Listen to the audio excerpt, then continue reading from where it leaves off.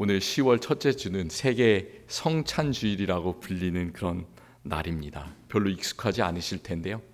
이 날이 1936년에 우리 교회가 속한 미국 장로교단에서 시작이 되었습니다. 그리고 점차 한 교회에서 처음에 시작했는데 그 인근의 교회에 퍼지게 되고 점차 우리 교단뿐만이 아니라 다른 개신교 교단들도 이 날을 지키게 되었습니다. 이 세계 성찬주의를 지키는 이유는 많은 교회들이 평소에 너무나 성찬식을 하지 않기 때문에, 물론 그럴 수도 있죠. 그런데 그렇게 생각한다면 우리는 이 날의 뜻을 너무나 작게 생각하는 겁니다. 또 이 세계 성찬주의를 잘못 생각하시는 분들이 있습니다. 종교 간의 통합을 추구하기 위해서라든지, 또 모든 사람들이 예수님을 믿던 말던 천국에 갈 수 있다, 이런 생각을 지지하기 위해서 이 날이 정해졌다고 생각한다면 정말로 잘못된 그런 생각을 가지고 있는 겁니다. 우리는 분명히 알아야 될 것은 다른 길로는 구원이 없다라는 것을 분명히 알아야 돼요. 오직 예수 그리스도를 구주로 믿는 사람만이 그 하나님의 천국의 길이 열려 있다라는 것을 기억하시기를 바랍니다. 이 날이 있는 이유는 주님을 진정으로 구주로 믿는 전 세계의 모든 기독교인들이 주님 안에서 우리가 오늘 찬송했던 것처럼 한 형제 자매구나, 그 사실을 기억하고 우리를 하나로 묶어주신 하나님 참 감사합니다, 그렇게 함께 고백하기 위해서입니다. 우리가 언어는 다르고 문화도 다르고 풍습도 다르고 그렇지만 세계에는 정말로 열심히 주님을 믿는 같은 믿음을 가진 사람들이 있습니다. 그들과 우리가 한 몸이구나, 그것을 경험하기 위해서입니다. 성찬이라고 하는 것이 교회에서 참 오랜 기간 동안 많은 논쟁거리가 되어 왔습니다.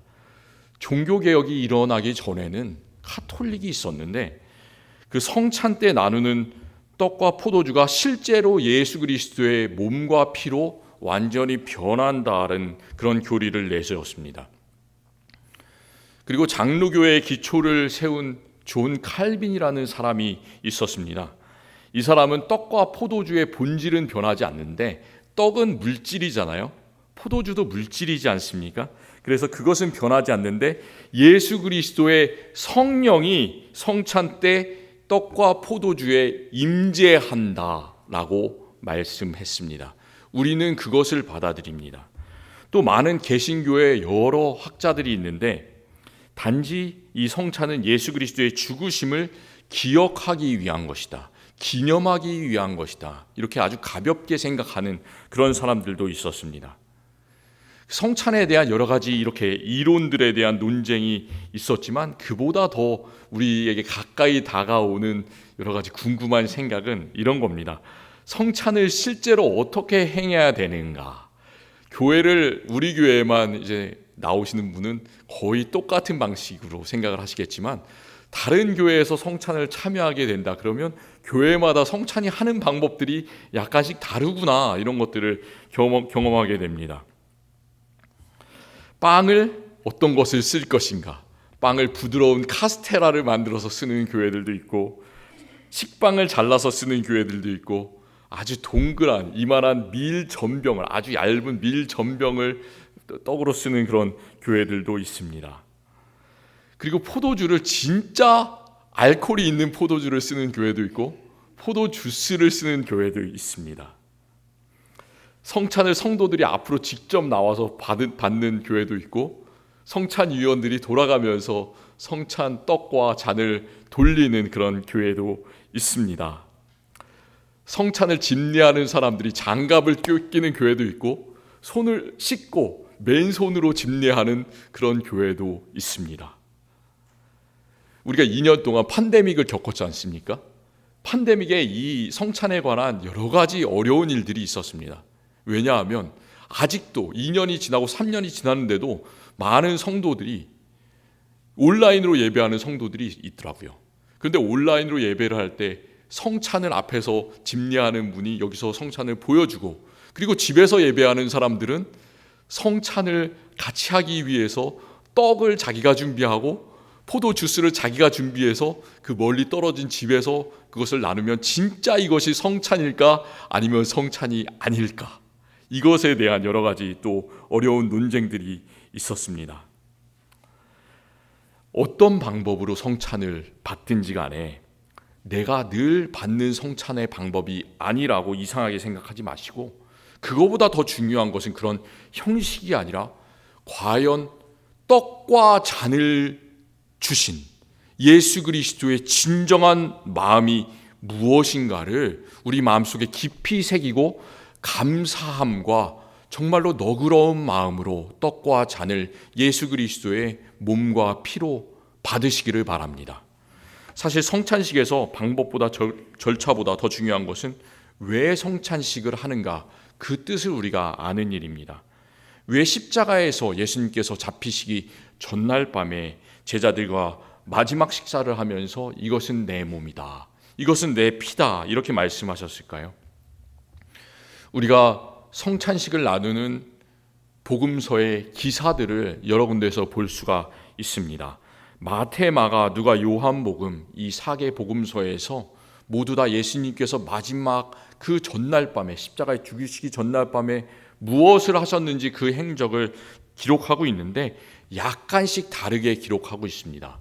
앞에 3개에 있는 복음서 마태, 마가, 누가복음에는 예수님께서 제자들과 저녁 식사를 하시면서 떡과 포도주를 나누셨다, 그 이야기를 쓰고 있습니다.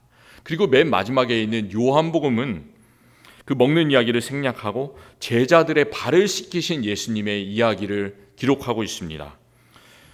그런데 놀라운 사실은, 우리가 정말로 기억해야 되는 사실은, 예수님께서 사랑하시는 그 제자들에게만 떡과 잔을 주신 것이 아니라 그렇지 않을 것 같은 사람에게도 예수님은 떡과 잔을 똑같이 나누어 주십니다.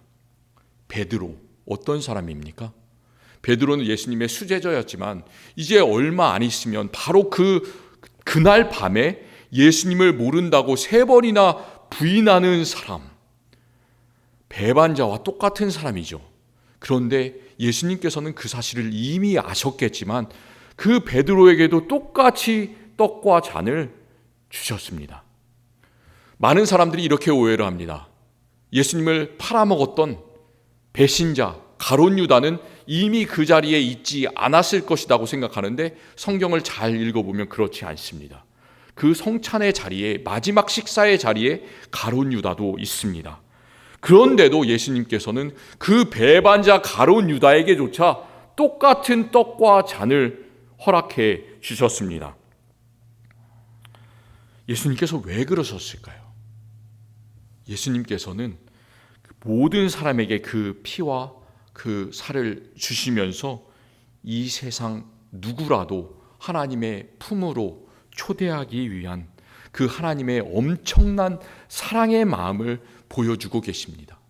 우리가 지금 어느 상황에 있든지, 우리의 믿음이 밑바닥에 있든지 저 꼭대기에 있든지, 하나님은 우리를 정말로 너그러우신 마음으로 하나님의 자리로 초대하기를 원하고 계심을 기억하시기 바랍니다. 그리고 마찬가지로 발을 씻겨주실 때도 그러셨어요. 베드로 어떻습니까? 잘난 척하고 있습니다. 그 자리에서 나는 발뿐만이 아니라 예수님께서 온 몸을 다 씻겨주셨으면 좋겠다. 그 말은 무슨 말입니까? 나는 제자들 중에서 뛰어나고 싶습니다. 나는 잘난 척하고 싶습니다. 이런 말이에요. 그런데 그 다음날 예수님을 모른다고 3번 부인합니다. 예수님께서는 그것을 아심에도 불구하고 발을 씻어주십니다. 그 자리에 함께 있었던 가룟 유다의 발, 정말로 만지기조차 싫어하신 그 발이었을 텐데, 쳐다보기조차 싫어하는 그 발이었을 텐데 똑같이 씻어주십니다.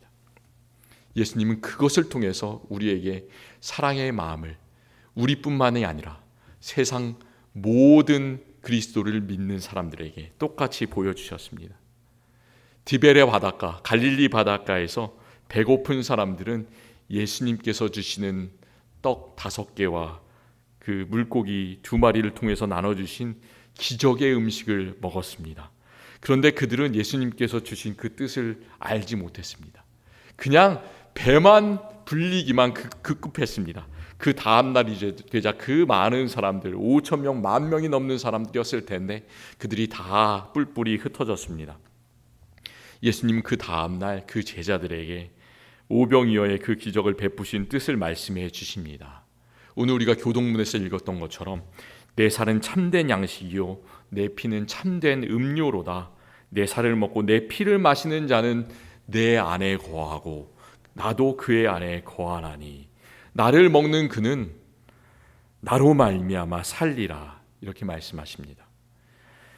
예수님의 살을 먹고 예수님의 피를 마시는 사람은 하나님께서 아들 예수 그리스도와 정말로 떨어지지 않는 밀접한 관계 속에 있는 것처럼 우리의 모든 관계가 다 변화됩니다.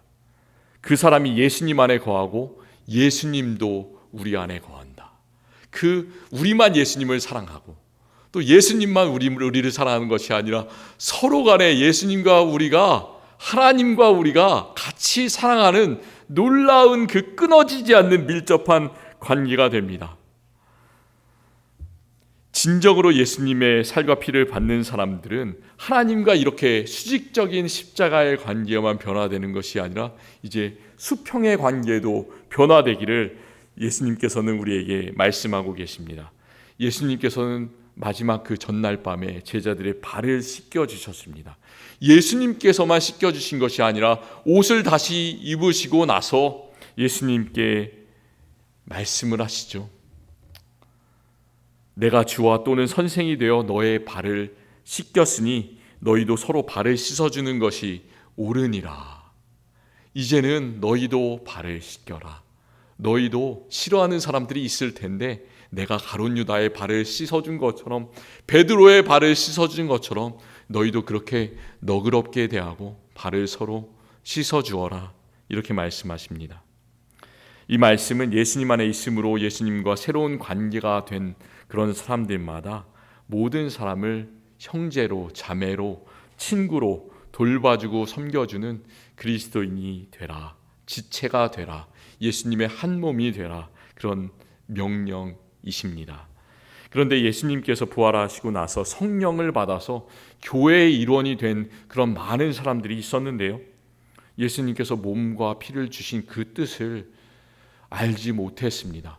성령을 받았으면 그 사람들이 완전히 변화되어야 됐을 텐데 아직도 옛 습관 속에 살고 있었던 많은 교회 교인들이 있었습니다. 그래서 특별히 고린도 교회에서는 교회에서 모여서 먹을 때 부유한 사람은 자신의 부를 자랑하면서 많이 가져와서 먹고 음식을 먹을 뿐만이 아니라 마실 것도 가져왔어요. 포도주를 가져와서 마시고 교회 안에서 취하기조차 했습니다. 그것을 보면서 사도 바울은 마음이 너무나 안타까웠습니다. 그런데 반대로 가난한 사람들은 어땠습니까? 가난한 사람들은 먹을 것이 없기 때문에 교회 안에 있는데도 불구하고 배가 고팠습니다. 어떤 사람들은 교회에서 먹고 마시고 취하고 어떤 사람들은 배고프고 그 모습을 보면서 사도 바울은 그냥 막 화를 낸 것이 아니라 예수님의 마음을 생각했습니다. 그리고 예수님께서 마지막 날 제자들을 먹이시면서 제자들의 발을 씻기시면서 어떻게 하셨는지를 기억하시면서 그 말씀을 하고 있습니다. 마지막 만찬 때 예수님께서 하신 말씀을 하고 있어요. 이것은 너희를 위하여 주는 내 몸이니 이것을 행하여 나를 기념하라. 이 잔은 내 피로 세운 언약이니 이것을 행하여 마실 때마다 나를 기념하라. 이 예수님의 말씀을 직접 다시 들려주고 있습니다. 성찬상의 덮개, 오늘 이 앞에 보시면 있는데요, 성찬상의 덮개에는 뭐라고 써 있냐면 나를 기념하라 라고 되어 있습니다. 이게 무슨 뜻일까요? 나를 기념하라. 우리가 기념을 많이 하지 않습니까? 우리보다 먼저, 우리도 하나님 나라에 곧 갈 테지만 우리보다 먼저 하나님 나라에 가신 우리의 친척들, 가족들, 가까운 사람들을 생각하면서 그분이 돌아가셨던 그 날을 기억하고 그분의 믿음을 추모하는 그런 예배를 매년 주로 드립니다. 그것이 기념하는 것이죠. 그런데 예수님께서 나를 기념하라고 하셨을 때 그 기념하라는 말은 우리가 죽은 분들을 기념하고 기억하는 것, 예수님의 죽음을 슬퍼하는 것, 그것뿐만이 아니라 예수님께서 우리에게 피와 살을 주신 그 뜻을 기억하라라는 것입니다. 항상 기억하고 이것을 행하여 나를 기억하라. 예수님께서 하신 것처럼 떡과 잔을 항상 나누고 또 발을 씻겨주고 그것을 행하여 나를 기억하라 라고 이 성찬상은 우리에게 회상시켜 주고 있습니다. 그래서 우리가 교회 안에서 먹는 것, 단지 성찬뿐만이 아니라 교회 안에서 나누는 모든 음식은 그냥 우리가 아무 데서나 식당에서 먹는 음식, 집에서 먹는 음식과 약간 다릅니다. 그것은 형제 자매됨을 기억하고 예수님께서 주신 피와 살이구나, 그것을 기억하며 서로 나누는 그런 음식입니다. 오늘 우리가 에베소서 2장 말씀을 읽었는데요, 예수님께서 주신 그 성찬의 뜻을 참 잘 보여주고 있습니다. 예수님께서 이것을 행하여 나를 기억하라 하셨는데, 오늘 우리가 읽은 말씀 11절에서 바울은 그러므로 생각하라, 이렇게 예수님께서 말씀하셨던 것과 똑같은 말을 하고 있습니다. 예수님께서 그 말씀이 정말 중요하다 말씀하시면서 나를 기억하라 하신 것처럼 이것을 생각하라 하고 있습니다. 그러니까 오늘 우리가 읽은 본문의 말씀은 정말로 중요하다라는 그런 말이에요. 그 중요하게 사도 바울이 말하고 싶은 것, 사도 바울을 통해서 하나님께서 말씀하고 싶으신 것이 무엇이냐면, 우리는 원래 다 이방인이었다라는 것. 그런데 그리스도의 밖에 있는 사람이었는데 그리스도께서 우리에게 몸과 피를 주심으로 이제 그리스도의 한 몸이 되었다는 그 사실, 이제는 전에 멀리 있던 너희가 그리스도 예수 안에서 그리스도의 피로 가까워졌느니라, 그 사실을 기억하라라는 것입니다. 그 사실을 기억한다면 우리는 겸손할 수밖에 없어요. 교회 안에 있는 누구라도, 목사라도, 장로라도, 집사라도, 어떤 교회를 오래 다닌 사람이라도 똑같이 예수님 앞에서는 겸손할 수밖에 없습니다. 왜냐하면 우리는 항상 이방인이었기 때문에, 구원을 받을 수 없는 그런 사람이었기 때문입니다. 제가 다니던 초등학교, 참 멋있는 장소에 위치해 있었던 초등학교인데요, 그 초등학교 좌우편에는 부자들이 많이 사는 동네가 있었습니다. 제 학교는 그 골짜기 그 사이에 있고요, 계곡 쪽에 있고 저쪽으로 양쪽에 산이 있습니다. 산에 부자들이 많이 살잖아요. 미국도 마찬가지로 한국도 마찬가지고, 북한산 자락을 끼고 한쪽에는 구기동이 있었고요, 다른 한쪽에는 평창동이 있었습니다. 하루는 학교가 끝나고 제가 제 친구 집에 생일 초대를 받았습니다. 생일 초대를 받으면 기쁘잖아요.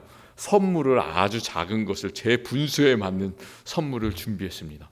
그리고 이제 그 친구 집에 가는데요, 학교 앞에 지금까지 한 번도 봐보지 못한, 아마도 제 기억으로는 지금까지 봤던 차 중에 제일 반짝반짝한 검정색 차가 우리를 데리러 왔습니다. 그래서 차를 타고 한참 올라가는데 10분을 지나도 그 친구 집이 나오지 않는 거예요. 한참을 10분 넘게 산 자락을 이렇게 올라가고 나서야 그 정말로 산 거의 중턱에 제일 멋진 장소에 위치한 그 친구 집이 딱 나오더라고요. 저는 그때까지 승용차를 한 번도 제대로 타본 적이 없습니다. 그래서 문을 어떻게 여는지를 몰랐습니다. 문을 열고 내리는데 정말 오랜 시간이 걸렸습니다. 그리고 나서 그 집을 찾아서 들어가는데도 야, 입구가 어딘가 하면서 헤매면서 이렇게 들어갔습니다. 제 표정을 한번 생각해 보시기 바랍니다. 너무나 멋진 차를 타고 그 집에 갔어요. 입이 벌어집니다. 이렇게. 그런데 제가 정말 놀란 것은 그 차에 대해서 놀란 것도 아니고, 그 집에 대해서, 엄청난 규모의 집에 대해서 놀란 것도 아니고, 제 친구의 행동을 보고 정말 놀랐습니다. 그 친구가 어떻게 행동을 하냐면, 나는 정말 깜짝 놀라서 어쩔 줄을 몰라 하는데 이 친구는 아무 일도 없다는 듯이 늘 그 친구는 그 집에 의리한 집에 살았기 때문에 그냥 편안하게 들어가는 것을 보았습니다. 제가 이 말씀을 드리는 이유는 우리는 예수님께서 주신 살과 피 앞에서 그렇게 아무 일도 없었던 것처럼 그 친구처럼 행동할 수 있는 사람들이 아닙니다. 우리가 한 번, 두 번, 세 번 우리 평생의 이 성찬의 상을 받을 때 어떤 생각을 하면서 받습니까? 지난번에 먹던 것과 똑같다. 이번에도 아무 의미가 없구나. 그냥 하던 대로 하는 것이다. 그 친구처럼 해서는 안 되겠습니다. 우리는 그렇게 아무 감정이 없이 예수님의 피와 살을 그냥 지나칠 수 있는 사람들이 아닙니다. 왜냐하면 우리는 원래는 이방인이었기 때문에, 원래는 소망도 없는 죄인이었기 때문에, 그런데 예수님 때문에 정말로 받을 수 없는 그런 놀라운 구원을 받은 사람들이기 때문에 정말로 매번 예수님의 살과 피를 받을 때마다 감격스러움 속에, 놀라움 속에 그 마음을 가지고 예수님께서 우리를 하나 되게 하신 것에 감사하면서 상을 받으셨으면 좋겠습니다. 정말로 그 성찬상을 받을 때마다 어마어마한 친구 집에 초대를 받은 어린이가 깜짝 놀라는 것처럼 그 구원의 신비하심을 바라보아야 하겠습니다. 그리스도의 피가 우리를 예수님의 친구로 만들어 주셨기 때문에 우리는 더 이상 바랄 것이 없습니다. 이제 하나님과 우리 사이에 막힌 담을 그의 피로 허신 예수 그리스도께서는 사람들과 우리 사이에 막힌 담도 헐어버리시기를 원하십니다. 정말 세상에 많은 전쟁이 있고 핵전쟁의 위협이 있고 갈등이 있고, 그런데 그 모든 것들을 슬퍼하면서 세상의 모든 그리스도인들이 함께 기도하면서 예수 그리스도 안에서 함께 지어져가는 그리스도의 하나의 몸이 되기를 우리 예수님께서는 우리에게 원하고 계십니다. 사실 다른 사람들을 교회로 받아들이기가 쉽지가 않습니다. 피부색이 다른 사람들, 문화가 다른 사람들, 한 형제 자매라고 고백하는 것이 쉽지가 않습니다. 다른 사람들과 관심을 가지고 또 돌봐주는 것 쉽지 않습니다. 그리스도의 사랑의 마음을 전하는 것 쉽지 않아요. 왜 그럴까요? 왜냐하면 우리는 누구나 누가복음 15장에 나오는 탕자의 형 같은 마음을 가지고 있기 때문입니다. 그 탕자는 어떻습니까? 아버지의 재산을 이미 미리 받아가지고 외국에 나가서 탕진해버립니다. 그리고 이제 더 이상 자기가 먹을 것이 없게 되니까 슬슬 아버지의 그 집이 그립습니다. 그래서 아버지의 집으로 터벅터벅 걸어갑니다. 예수님께서, 그 아버지께서는 언제 그러셨냐는 듯이 매일매일 그 아들을 기다리고 있었습니다. 그리고 자기가 먼저 달려와서 그 아들을 받아주시고 금가락지를 끼우고 큰 잔치를 베풀어서 그를 먹여주십니다. 그런데 그 큰 아들은 어떻습니까? 그 집에 원래 있었던 큰 아들은 그게 너무나 싫었죠. 그래서 탐탁치 않게 생각하면서 불평을 합니다. 왜 그 형이 불만이 가득할까요? 어떻게 이야기를 하고 있냐면 이런 불평을 하고 있어요. 동생이 아버지의 살림을 창녀들과 함께 먹어버렸다. 이렇게 말하면서 도덕적인 잘못을 아주 지적하고 있습니다. 그런데 실제 이유는 그게 아니에요. 아버지의 재산을 창녀들과 함께 탕진해 버렸기 때문에 그것은 그냥 앞에 붙이는 이유고요. 실제 이유는 무엇이었을까요? 지금까지 내가 아버지의 사랑을 다 받았는데 이제는 동생이 돌아오게 되면 아버지가 동생을 더 불쌍히 여기고 사랑하겠구나. 그 마음이 너무나 싫었습니다. 그래서 그는 아버지의 사랑을 독점하고 싶었어요. 그렇기 때문에 여러 가지 이유를 대면서 동생을 무시하고 비하하고 있습니다. 그런데 그가 하고 있는 그 말은 하나님 나라의 법칙이 아닙니다.